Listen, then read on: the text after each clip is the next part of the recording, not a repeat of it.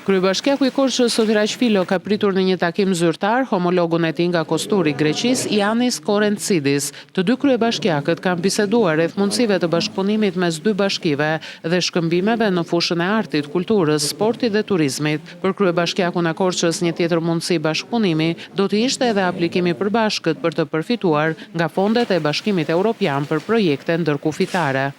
Unë besoj që ka shumë mundësi për shkëmbime në fushën e artit, kulturës, të sportit, në fushën e turizmit, patjetër jemi bashki kufitare dhe mund të punojmë për paketa turistike të përbashkëta, por edhe në fushën e aplikimit për të përfituar nga fondet e Bashkimit Evropian për projekte ndërkufitare. Prandaj shpresoj që kjo të jetë një vizitë e parë dhe një takim i parë dhe patjetër pastaj të kemi edhe takime të tjera me qëllim që të përkthehemi në projekte dhe në hapa konkrete në të ardhmen. Kryebashkiaku i Kosturit theksoi se bashkëpunimi mes Korçës dhe Kosturit ka nisur herët nga vetë bizneset e të dy vendeve, ndaj dhe shpreson se do të arrihen edhe të tjera projekte konkrete mes dy bashkive.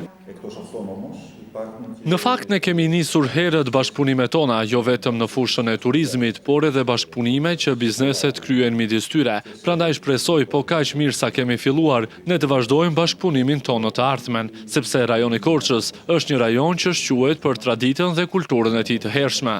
Ashtu si e theksoi dhe kryetari i bashkisë, ajo që na bashkon edhe më shumë është afërsia midis dy bashkive tona. Prandaj besoj se do të kemi ura shumë të mira bashkëpunimi dhe projekte konkrete në të ardhmen. Kjo është hera e dytë që kryebashkiaku i Kosturit vjen në Korçë, ndërsa më parë ka ardhur si i ftuar nga konsullata greke me rastin e një feste zyrtare.